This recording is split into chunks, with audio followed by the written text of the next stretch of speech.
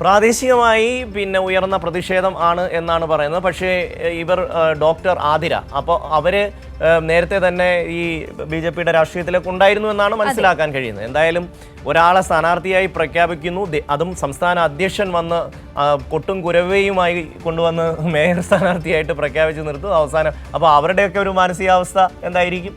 അതെന്തായാലും നമുക്ക് അവിടെ എന്താണ് സംഭവിച്ചത് എന്ന് മനസ്സിലാക്കുവാൻ വേണ്ടി റിപ്പോർട്ട് കാണാം. തദ്ദേശ തെരഞ്ഞെടുപ്പിന്റെ നാമനിർദ്ദേശ പത്രിക സമർപ്പിക്കാൻ മണിക്കൂറുകൾ മാത്രം ബാക്കി നിൽക്കുമ്പോഴാണ് മേയർ സ്ഥാനാർത്ഥിയായി പ്രഖ്യാപിച്ച ആതിരയെ നേതൃത്വം മാറ്റിയത്.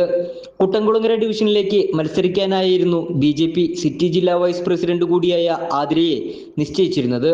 പ്രാദേശിക തലത്തിൽ BJP RSS പ്രവർത്തകർ വലിയ പ്രതിഷേധം ഉയർത്തിയതിനെ തുടർന്നാണ് ആതിരയെ മാറ്റിയത്. BJP സംസ്ഥാന അധ്യക്ഷൻ രാജീവ് ചന്ദ്രശേഖർ തൃശൂരിലെത്തി ആഘോഷമായിട്ടാണ് ആതിരയെ സ്ഥാനാർത്ഥിയായി പ്രഖ്യാപിച്ചത്. ഒരാഴ്ചക്കാലമായി ഡിവിഷനിൽ പ്രചരണം പോലും ആരംഭിച്ചിരുന്നു. സ്വന്തം പാർട്ടിയിലെ പ്രവർത്തകർ തന്നെ ആതിരയെ തോൽപ്പിക്കാനാണ് ശ്രമിച്ചത്. പ്രശ്നം പരിഹരിക്കാൻ സംസ്ഥാന നേതൃത്വം പോലും ഇടപെട്ടിട്ടും പ്രാദേശിക നേതാക്കൾ പ്രതിഷേധത്തിൽ നിന്ന് പിന്മാറിയില്ല. നൃത്ത അധ്യാപിക കൂടിയായ M ശ്രീവിദ്യയാണ് പുതിയ സ്ഥാനാർത്ഥി.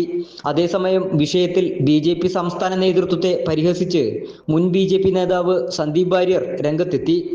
മേയർ സ്ഥാനാർത്ഥിയായി പ്രഖ്യാപിച്ച വ്യക്തിയെ സ്ഥാനാർത്ഥിത്വത്തിൽ നിന്ന് പുറത്താക്കുന്ന പാർട്ടിയായി BJP മാറിയെന്ന് സന്ദീപ് വാര്യർ ഫേസ്ബുക്കിൽ കുറിച്ചു. കൈരളി ന്യൂസ്, തൃശൂർ.